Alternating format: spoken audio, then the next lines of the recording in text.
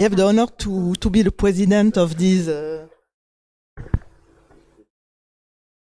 one member missing. Sorry.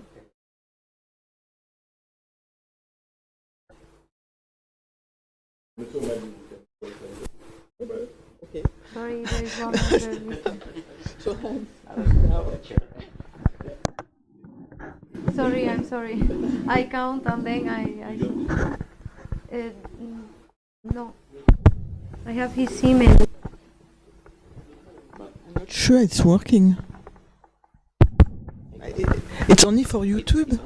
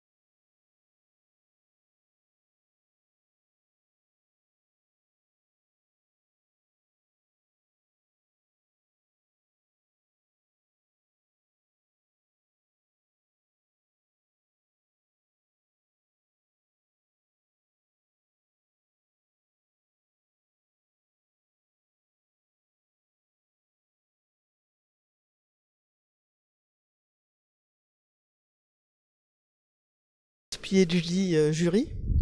Is okay?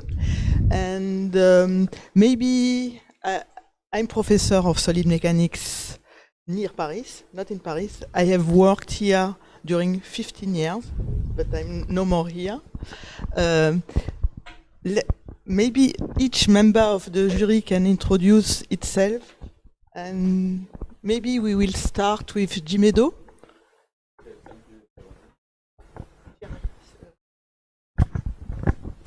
So thank you, Veronique. My name is Jiménez Kondo. I am professor here at Cependant University, working on porous material, damage and fracture also.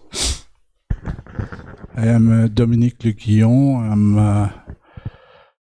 a scientist in CNRS and emeritus, and I'm one of the supervisors of this work. Good morning, I am Raphaël Estevez. I am professor at the University of Grenoble, and my research topic is mainly fracture mechanics. I'm Pietro Cornetti from Politecnico di Torino, and also my research field is fracture mechanics, and I'm part of the new FRAC project. Hi, I'm Luis Tábara, a professor at Universidad de Sevilla, and my major is fracture mechanics in composites.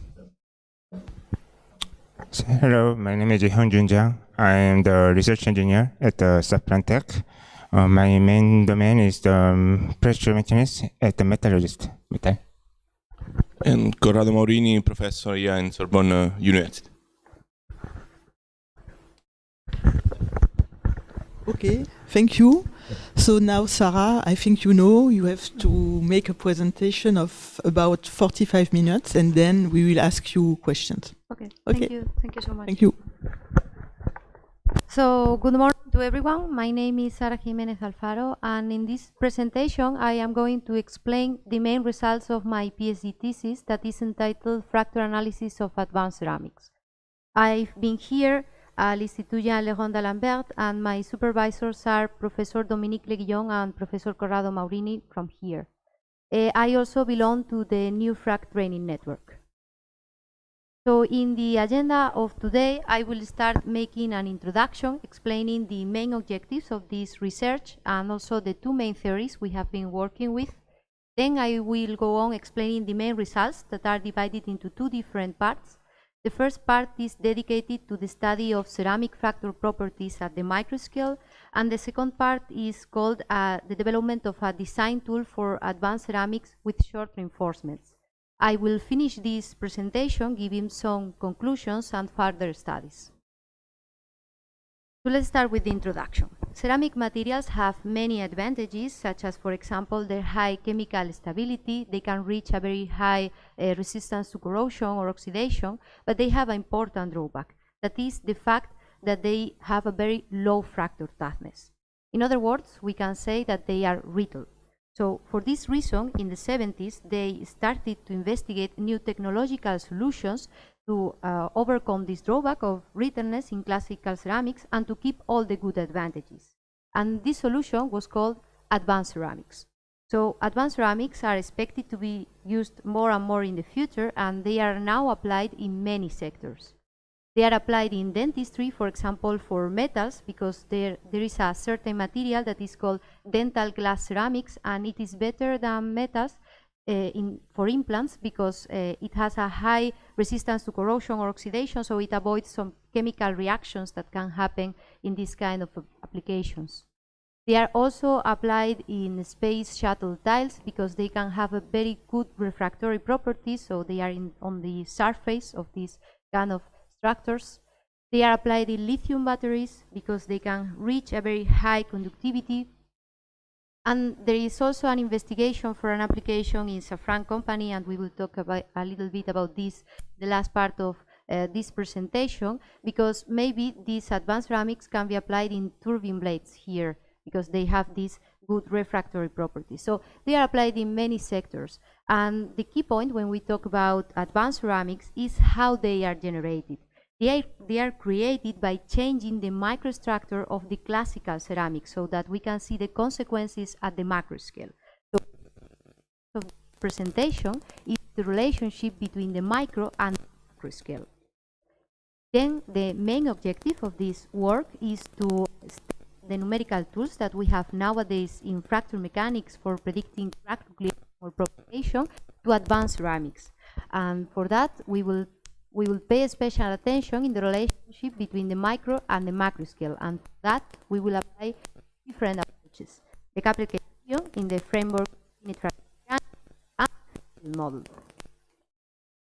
So the first one, the coupled criterion, is a criterion used to predict either crack nucleation or propagation in brittle materials. It is based on two conditions. In the first one, we have the stress condition, where we compare the tensile stress along the expected crack path here with respect to a critical value that is sigma c. It is the tensile strength. Then we have a second one that is the energy condition, where we compare this parameter, that is the critical energy release rate given by Griffith, with respect to a new variable that is the incremental energy release rate. So this variable is made by the quotient between the increment in potential energy when we generate a new crack divided by this newly created crack length. As you can see here, for the application of this coupled criterion, we need to know before the expected crack path, and we obtain as a consequence the nucleation length, this newly created crack length. In this criterion, we consider that the crack is always a discontinuity in the material.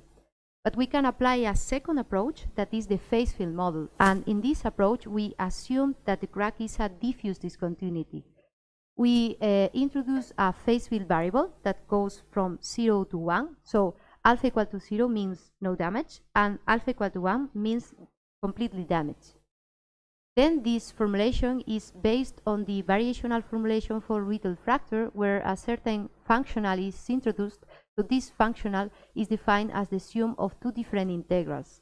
In the first, we have a domain integral. This is the elastic energy that excludes the crack surface. In the second one, we have the damage energy, and it is a surface integral, so we need the crack surface.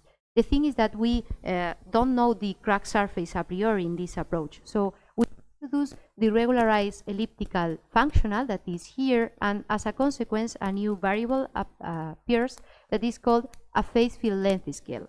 So that if the phase field length scale tends to 0, that means that this regularized elliptical functional would approach the original functional in the variational formulation for brittle fracture. And this phase field length scale is proportional to the size of the damaged region. So the formulation we are using has an additional term that depends on the gradient of the damage variable. It is a non-local term here, and for this reason we can also talk about a gradient damage model. And we apply the 81 model in this presentation. That means that we consider the phase field length scale a property of the material, and it is proportional to the airborne length.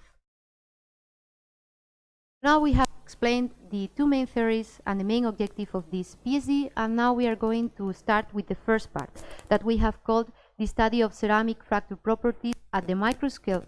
In this part, we have different subparts. The first is dedicated to the motivation and objectives for doing this research. Then we will start by a very simple case that is a preliminary remark. We will go on with some bending tests, and finally we will study the applicability of these two approaches by a comparison to experiments. If you want to check more information about this, we have two publications in open access here, so maybe you can have a look and then we can discuss. About the first part, I have mentioned before that we have two different approaches. On the one hand, we have the coupled criterion, and as a consequence, we have a nucleation length.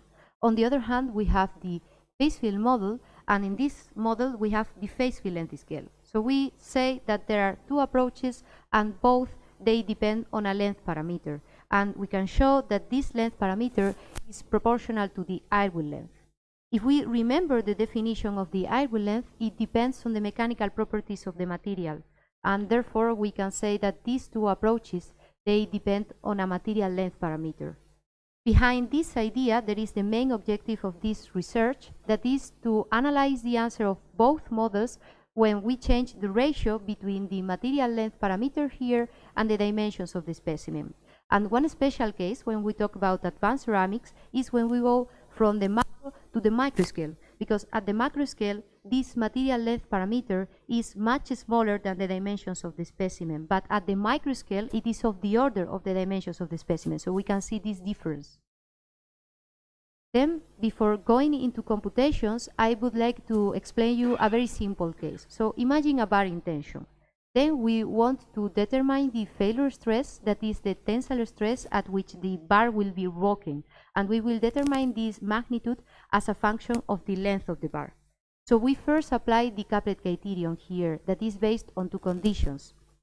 We can obtain an analytical solution from here, and first of all, if you look at the energy condition, you can see that the cross surface of the bar is located at the two sides of the inequation. So we can remove it, and then we can conclude that the cross surface is not playing any role according to the couplet criterion in the crack nucleation. Then we can obtain an analytical solution, as I've said before. This is the expression for the failure stress, and if the length of the bar is lower than 2 times the airway length, then it would be this expression here, so it is a part function, and this comes from the fact that in this region, the energy condition is governing the failure.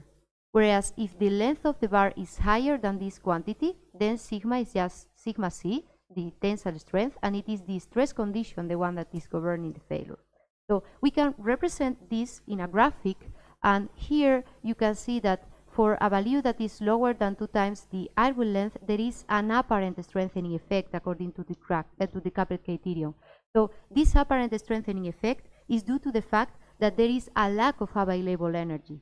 In other words, the size of the bar is so small that there is not enough energy, and we need to increase the load to reach the failure. And this is the idea behind the application of the couplet criterion.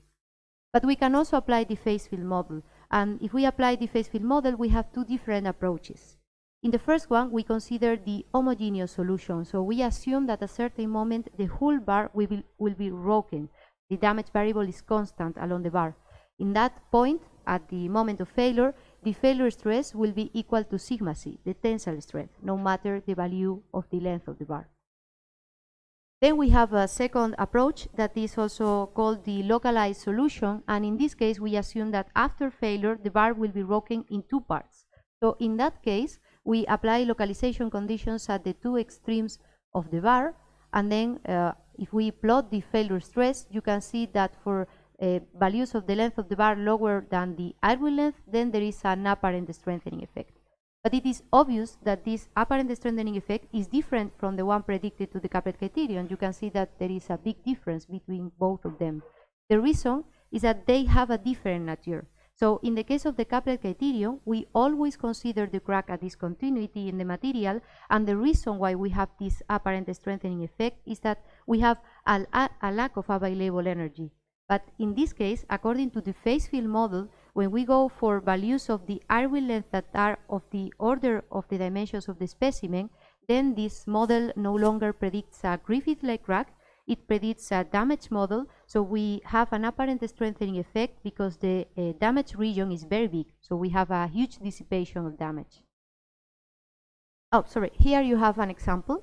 In this case, the length of the bar is 10 times the airway length, and you can see that after failure we have a very narrow crack, so it is very similar to a discontinuity in the material. But then if we increase the value of the airway length, you can see that after the failure we have a very big damage region, so it is not a Griffith-like crack in this case.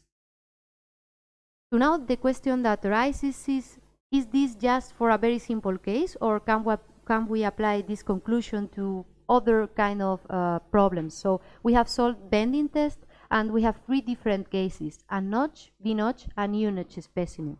We have used an advanced ceramic materials, and here you have the material properties. You can see the Young modulus, Poisson's ratio, tensile strength, and the critical energy release rate. And in a first stage, we have applied the couplet criterion to understand how predictions change when we change the scale of the problem. And to change the scale of the problem, we have applied a little trick, that is that we keep constant all the mechanical properties and we change the value of GC. So it is the same as changing this unit, and then we can change the scale very easily. Then we apply the phase field model and the couplet criterion to understand the effect of changing the ratio between the arc length and the dimensions of the specimen. So first of all, let's start with the unnotched specimen. In here, we are interested in two parameters.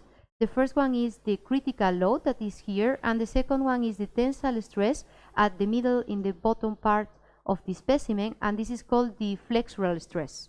And I would like to show you how we apply, using computations, the Capel criterion. In a first step, we determine the tensile stress here. So we have a stress gradient in this kind of specimen. You can see the evolution of the sigma divided by sigma c in this graphic.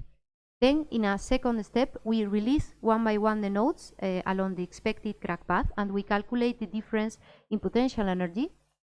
We calculate the incremental energy release rate to apply the energy condition that is here, and then we apply the Capel criterion, and we obtain two different magnitudes. The first one is the critical load at which we will have a crack nucleation, and the second one is the critical flexural stress, so this value at failure.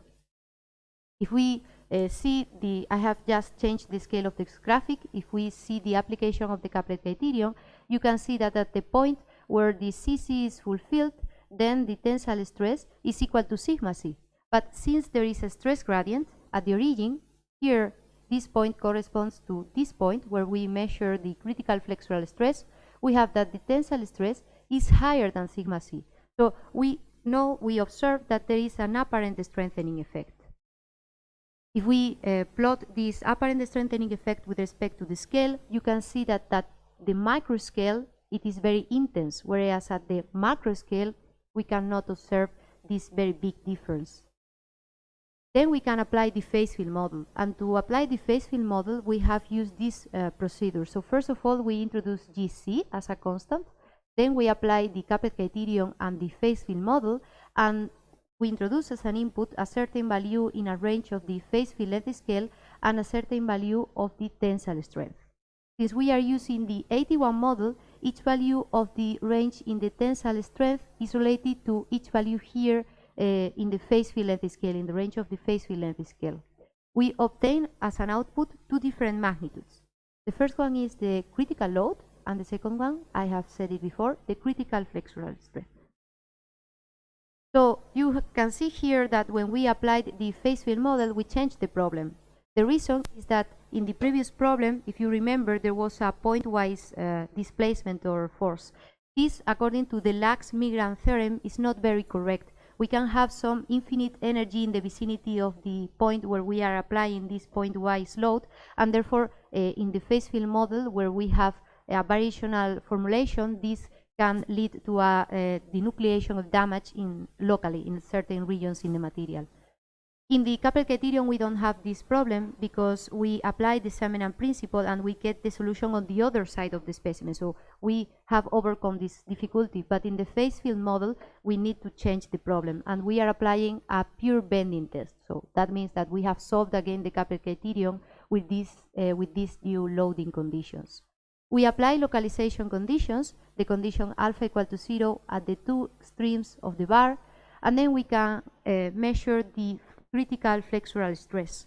As you can see here, when the arc length tends to be of the order of the dimensions of the specimen, we can observe an apparent strengthening effect. But as we mentioned before, it is very different to the one predicted by the Capel criterion. And the reason here is the same as we mentioned before with the preliminary remark. They have a different nature.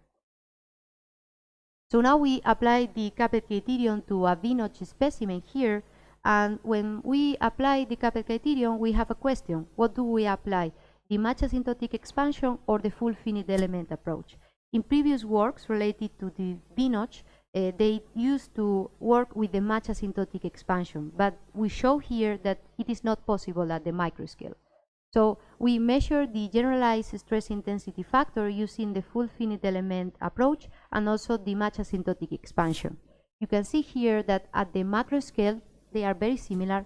At the micro or nanoscale, they are very, very different. The reason is the size of the nucleation length. So at the nanoscale or macro scale, what we observe is that the nucleation length is of the order of the dimensions of the specimen. We can no longer assume that this parameter is a small parameter with respect to the dimensions of the specimen. So we cannot assume the main hypothesis that we have in the match asymptotic expansion. And this is why we only can use the full finite element approach. Then we have used the full finite element approach, and we have obtained the solution with force control and displacement control. You can see here that for obtaining the solution with force control, we have applied a post-processing. So we solve numerically the displacement control solution, and then we apply a post-processing, and we get the solution with force control. We can plot the generalized stress intensity factor for force control and displacement control for different scales. This is just an example, omega equal to 90 degrees. You can see that at the macro scale, they are very similar. At the micro scale, the difference is bigger. The reason is, again, the size of the nucleation length. And I have just two examples. So if we go to the micro scale, what we observe here is that, well, this is a general for micro and macro. The energy condition is an increasing function in force control, and in displacement control is increasing and then a decreasing function. So in the case of the microscale, the size of the nucleation length was very big, and therefore the point where the CC was fulfilled, it is in the increasing part of the function under force control and in the decreasing part of the function under displacement control. And this is why we see this very big difference. Then at the macro scale, what we observe is that the size of the nucleation length is very small. So the point where the CC is fulfilled is localized here in the increasing part and here in the increasing part of the energy condition. And this is why we observe that the difference is smaller. So now we have also analyzed the effect of the notch shape using a U-notch specimen. We have selected two values of the notch radius here, and then we have obtained the critical displacement at which the crack is nucleated. We have applied the Kaplan criterion here. And as you can see, at the macro scale, the difference between these two values is very big, but at the micro scale, it is very small. The conclusion here is that the notch shape is playing a minor role if we go to the micro scale, whereas it plays a major role if we are at the macro scale. So now we have analyzed some bending tests, and now we will try to analyze the applicability of the phase field model and the Kaplan criterion using a comparison to experiments. We have used bending tests of microcantilever beams. These tests are performed in SEM-FIB chambers. SEM comes from the word scanning electron microscopy, and it is the technique used to measure very small displacements, and FIB comes from the word focused ion beam, and it is the technique to fabricate very small microcantilever beams. I have some examples obtained from the literature. First of all, this is an example of the microcantilever beam in the bending test. There is a notch here located at the tip. Then there is an example of the crack surface after the bending test, and an example of the microindenter that is used to apply a very small load at the tip of this microcantilever beam. So now we have selected some experiments from literature. They were done by Dr. Henry, and they are done on a certain material that is 8YF cubic zirconia. From these experiments, we have the dimensions of a total of 14 specimens that were tested by him, and also the critical force and the critical displacement. So using this data, we will compare our two different approaches. We have developed an equivalent to the model here, where the width of the specimen has been adjusted considering that the cross surface of this specimen has a pentagonal shape. Then we apply, first of all, the Kaplan criterion. I have selected just one of the analyses that we have made. Indeed, what we have done is that we have estimated the fracture properties using an optimization procedure. So we have tried to minimize the difference obtained in the failure load in our simulations and the one obtained by Dr. Henry in his experiments. And to do so, we have used a least square method, a local and a global process. In the local process, we have estimated GC, and then we have compared our value to the one predicted by experiments made by Dr. Henry. And you can see that according to the Capel criterion, there is a good agreement in the 14 specimens that they tested. Then we have measured the evolution of the critical load with respect to the two main fracture properties that we have, the tensile strength and the critical energy release rate. So first of all, if we measure the evolution of this load with respect to sigma c, you can see that it is little dependent. Then, if we plot the evolution of the failure load with respect to GC, you can see that it is highly dependent. The reason is that at the micro scale, it is the energy condition, the one that is governing the failure. So in this case, the failure load is mainly dependent on the parameter GC. As a conclusion of the application of the Capel criterion, we can say that it seems poorly appropriate to estimate the tensile strength using this kind of experiments. Why? Because if we measure the critical force at failure, then we vary sigma c and we will get almost the same load. So we cannot estimate the tensile strength using this kind of experiments. We have also applied the phase field model, and when we applied the phase field model, we encountered a difficulty, that is, what is crack nucleation according to the phase field model? So we took two different criteria. First of all, we considered that a crack is nucleated when there is a drop in the evolution of the stiffness. Then we considered a second criterion where we assumed that the critical load is given by a drop in the force displacement curve. And we obtained that the value of the critical displacement is different if we use one or the other one. So we considered these both criteria, and we used as an input the value of GC that was estimated by Dr. Henry, so the experimental one. We compare with the predictions made by the Capel criterion. You have here the comparison. You can see that when sigma c is high, then the predictions given by the phase field model, and by the Capel criterion, they are quite similar. Whereas when we go for low values of sigma c, the predictions using the criterion of the stiffness and the ones made by the Capel criterion, they are similar, but there is a bigger difference with respect to the one made with the phase field and the force criterion. The reason is that in this part the airway length is high, so maybe since they have a different nature, predictions can be different if we use this criterion. Maybe this is not affecting to the evolution of the stiffness. And as you can see, the critical force estimated by Dr. Henry, in this case it is 1.53 millinewtons, so more or less the Capel criterion, and I would say also the phase field model, they both estimate the critical failure load. So we have also compared to other simulations. In this case, they were made by Dr. Patil. These simulations were done on traction test on double notch nano tablets. They were made on aragonite, and he made simulations with the phase field model and also another technique that is called molecular dynamics.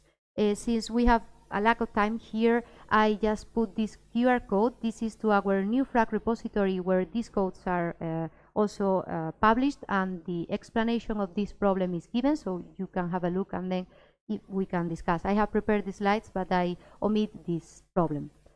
So we just go to the second part of this presentation that is called the development of a design tool for advanced ceramics with short reinforcements. So now in this case, we will start with the motivation and objectives for doing this part of the research. Then we will describe the approach we have used. We have done an application example to show you how this tool works. And finally, we are going to talk about an application to industry that was an industrial collaboration with the company Safran. You have here two different publications in open access, so if you want to have a look, maybe we can discuss later.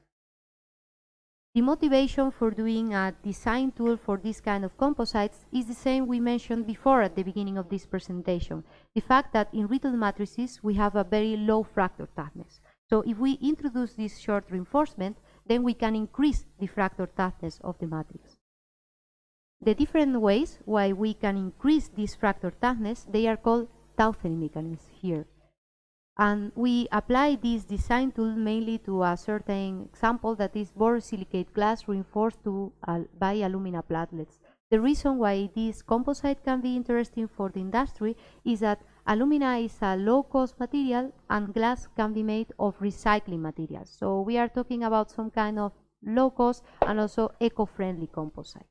I have here some images about the microstructure of this material. They are obtained from the literature. So here you have the matrix. This is the platelet. This is a crack growing in the matrix. Then at a certain point, it encounters the platelet, and then its direction is deviated through the interface between the platelet and the glass. You have here another example of a crack penetration. So in this case, the crack just arrived to the platelet and then it penetrates. An example of a crack decoration here, and an example of a cluster of platelets. So when the volume fraction of platelets is very high, then some platelets can be accumulated in certain regions in the material, and we can have a phenomenon that is called a cluster of platelets, and this is an example of this phenomenon. So the main objective of this design tool is to study the different tauthening mechanisms that we can have in this kind of materials, and we are going to do it from the point of view of a change in the crack path. So we assume that the crack is growing in the matrix, then at some point it encounters a certain platelet, and then we can have penetration, deflection, decohesion, whatever, and we will estimate the fracture toughness and also why these different ways are happening. And we will determine this as a function of different elements. First of all, the size of the reinforcing element, the effect of residual stresses, because we can have a mismatch in the thermal coefficients of this material. So that means that when we have a cooling down in the manufacturing process, then some residual stresses can appear, and this effect we are going to study. And also the effect of the volume fraction of the composite. It is important to say that all the conclusions we have obtained here, they have obtained from the point of view of the couplet criterion together with the match asymptotic approach. So now an example of the problem. It is a 3-point bending test. In the middle of this specimen there is a pre-existing crack, and since we have a symmetric loading, this crack is under mode 1. At the tip of this crack there is a certain reinforcing element that is oriented at angle alpha. It has a size L, the length of the reinforcing element, and T, the thickness.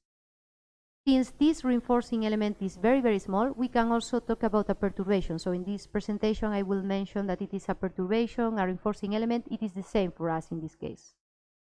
We want to apply the couplet criterion to analyze how this pre-existing crack will grow in this material. And since we are talking about a thermomechanical problem, we will apply the superposition principle. So we will divide this solution into two different terms. The first one is related to the mechanical loading, and the second one is related to the thermoelastic loading. Then to estimate this solution, we will apply a technique that is called the match asymptotic approach. And since we are applying this match asymptotic approach, we will consider that the actual solution can be estimated by an outer and an inner expansion.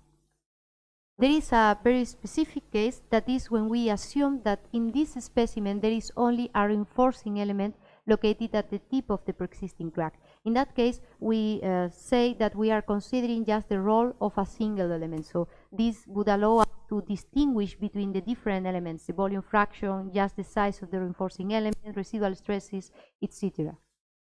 So let's start with the outer expansion. Here you have the expression for this expansion. It is the sum of two terms, U0 and a small perturbation. So U0 is the solution of the outer problem. It means the same problem, but assuming that there is no reinforcing element located at the tip of the pre-existing crack. In that case, if we consider the mechanical outer problem, we have an homogenized material under symmetric loading. So we have a crack under mode 1, and we can assume, well, we know this solution because it is very well known by our scientific community. It is just the Williams expansion for a crack under mode 1. Then we have the thermoelastic problem, and in that case we assume an homogenized material with a gradient in temperature, and this solution can be solved applying the elastic problem. So we also know the solution of this problem. As you can imagine, this solution would be a good approximation when we are far away from the perturbation, but it would not be that accurate when we are close to the point where the reinforcing element is supposed to be. So on the other hand, we had the inner problem. To build the inner problem, we divide all the dimensions of the specimen by the size of the reinforcing element. It can be the length of the reinforcing element, or it can be the thickness. In that case, we have selected the length of the reinforcing element. Since this length tends to 0, then we build an unbounded domain. And we can express this inner expansion as the sum of two different terms. First of all, f0 b0, and then f1 b1. As you can imagine, this solution would be a good approximation when we are close to the perturbation, whereas it is not that accurate when we are far away from these reinforcing elements. And how do we complete this expression? By the application of the matching conditions. So here I have a scheme of these matching conditions. In the blue region, we have the region where the outer expansion is a good approximation. In the pink region, we have the zone where the inner expansion is a good approximation of the solution. So there must be an intermediate region, the yellow region, where both the inner and the outer, they are a good approximation of the solution. And in this region, we apply the matching condition. So we relate the outer with the inner expansion. We have this relationship with the thermoelastic problem, and we have also this relationship with the mechanical problem. You can see here that both expansions, they are related. What is the procedure we follow? In a first step, we determine the term B1 for the mechanical and the thermoelastic problem. In a second step, we apply a change of variables, so we have an estimation of the actual solution in the vicinity of this reinforcing element, and we obtain these two magnitudes that are related to the energy condition and to the stress condition. Then we calculate the apparent factor toughness of the composite. The apparent factor toughness would correspond to the minimum value of K1 for which the two conditions of the couplet criterion are fulfilled. This parameter, you can see that it is located here. There is an exception, that is when we have residual stresses. So if we have residual stresses, what we can see is that if we keep this as it is now, there can be some kind of compression located at the tip of the pre-existing crack. This compression is not possible. If we have compression, then the crack will not propagate. So we need to increase a little bit K1, the mechanical loading, to avoid this compression, and then we can see here that the solution would be like this one. So in this case, the solution is not the minimum value, but in any case, it fulfills the couplet criterion. It is just that we increase a little bit K1. So we have analyzed different orientations of the platelet. In this case, we apply this to borosilicate glass reinforced by alumina platelets. But in this presentation, I have selected maybe the most interesting case, that is the orientation alpha equal to 90 degrees. We have selected 4 different tauthening mechanisms. The first one is penetration, minor and major, single deflection, and decohesion. We have 2 cases for penetration, because if you see here the mechanical properties of the 2 components of the problem, alumina and glass, you can see that for the fracture toughness and the tensile strength, there is a certain range. So we have selected the smallest values, they are related to the minor case, and the biggest values, they are related to the major case. This is only affecting to the case of penetration, because we assume that the interface alumina glass is strong in this case, so we don't have this in deflection or decohesion. If we compare this, we have obtained the apparent fracture toughness, and we have divided it by the fracture toughness of the matrix, that is the fracture toughness of glass. This is because we are looking for an enhancement in the fracture toughness, so we want to see if it is if this coefficient is higher than 1. We compare the 4 different mechanisms, and then if the alumina is not very good, we include a bad alumina, so we are in the minor case. You can see that the predominant mechanism, that is the one corresponding to the minimum value of the apparent fracture toughness, would be just penetration. So it means if we have a bad alumina, the crack just penetrates the platelet. But if we have a good alumina, then things change, and the predominant mechanism, it depends on the value of the size of the platelet. So if we have a short platelet, we can have a penetration. If we have a medium platelet, we can have a decohesion. And finally, if we have a very long platelet, we can have a deflection case here. We can also include the effect of residual stresses. Here you have the evolution of the apparent fracture toughness in the minor and the major case without and with residual stresses. You can see here two main conclusions, I would say. First of all, the residual stresses, they promote the cohesion, because you can see here, without residual stresses, it is penetration, but then when I include the effect of residual stresses, it changes to decohesion. Here you have the lemma. And other conclusion that we can make is that there is a certain value for the size of the platelet, for which we have that this platelet will be rocking during the cooling down process. So we don't need a mechanical load to break the platelet. It is just rocking by the thermoelastic problem. We can also analyze the effect of the volume fraction. Here you can see different values. They are obtained from experiments, 0, 5, 10%, etc. You can see that when we increase the value of the volume fraction, the apparent fracture toughness also increases. And the point for which we have, when we have residual stresses, that this platelet is rocking during the cooling down process, it is longer and longer. It is bigger and bigger, this point. So it is rocking for a longer platelet. We have compared with experiments made by Professor Boccaccini and Professor Cotul, and we have selected two different orientations from our simulations, the case of alpha equal to 90 degrees and the case of alpha equal to 0 degrees. We will say there is a good agreement with experiments when the results obtained in experiments, they are in between our simulations, because we don't know a priori the orientations we can find in this kind of composites. We can look at the crack, and then the crack can encounter a certain platelet that is perpendicular or parallel or 45 degrees, whatever. So we just made a kind of average. And you can see that for low values of the volume fraction, there is a good agreement, whereas for a high value of the volume fraction, there is a kind of disagreement. This is because in this case, we can have some inhomogeneities in this material because we had these clusters I was talking about at the beginning of this part of the research. And we are not including clusters in this theory.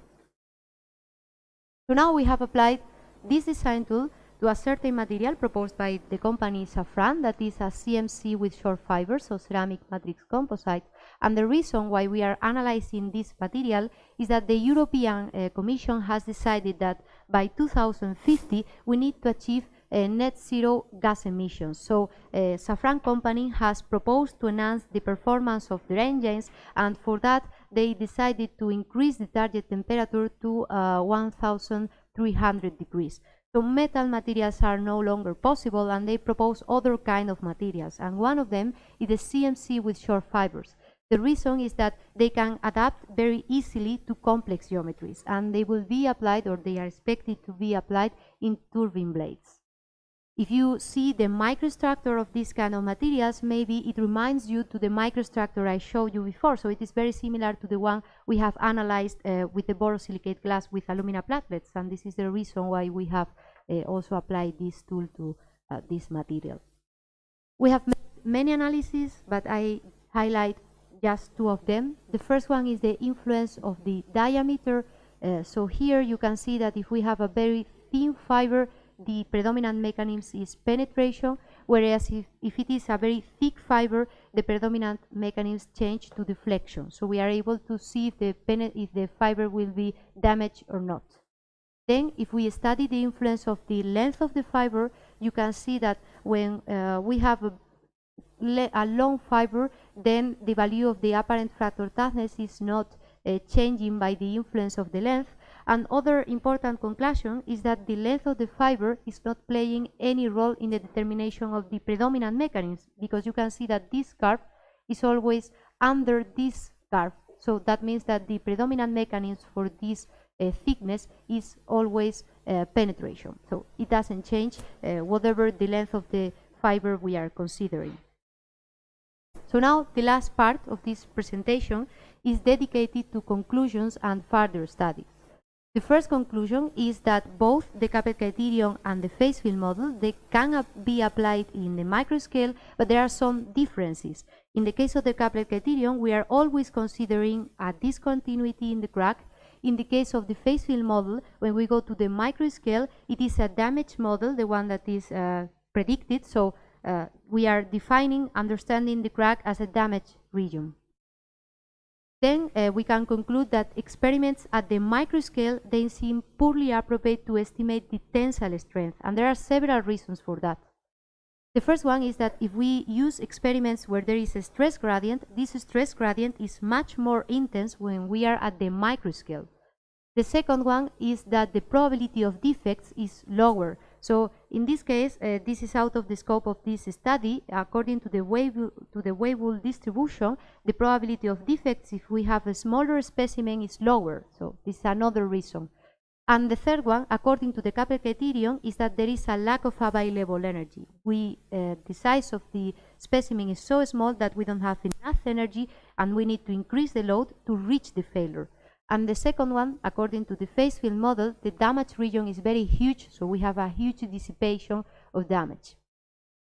The third conclusion is that we have built a numerical tool for estimating the apparent fracture toughness, and maybe the key advantage of this numerical tool is that with just one finite element calculation, we can obtain the apparent fracture toughness for any value of the size of the reinforcing element, and this is because we do it in a post-processing.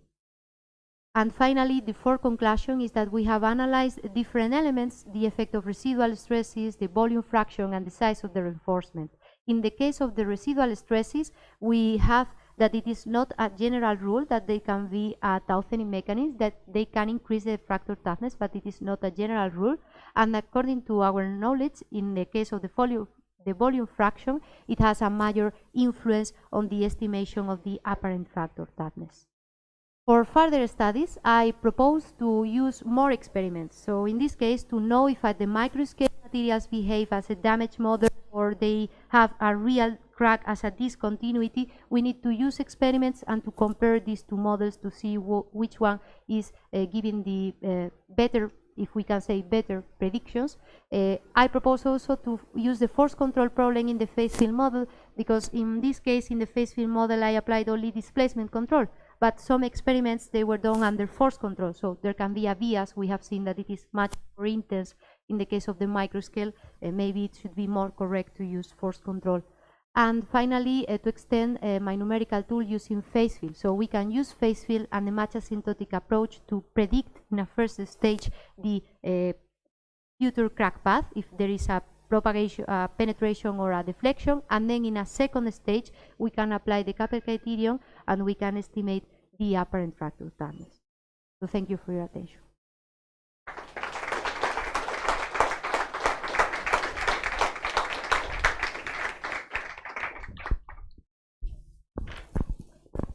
Okay, thank you, Sarah, for this nice presentation.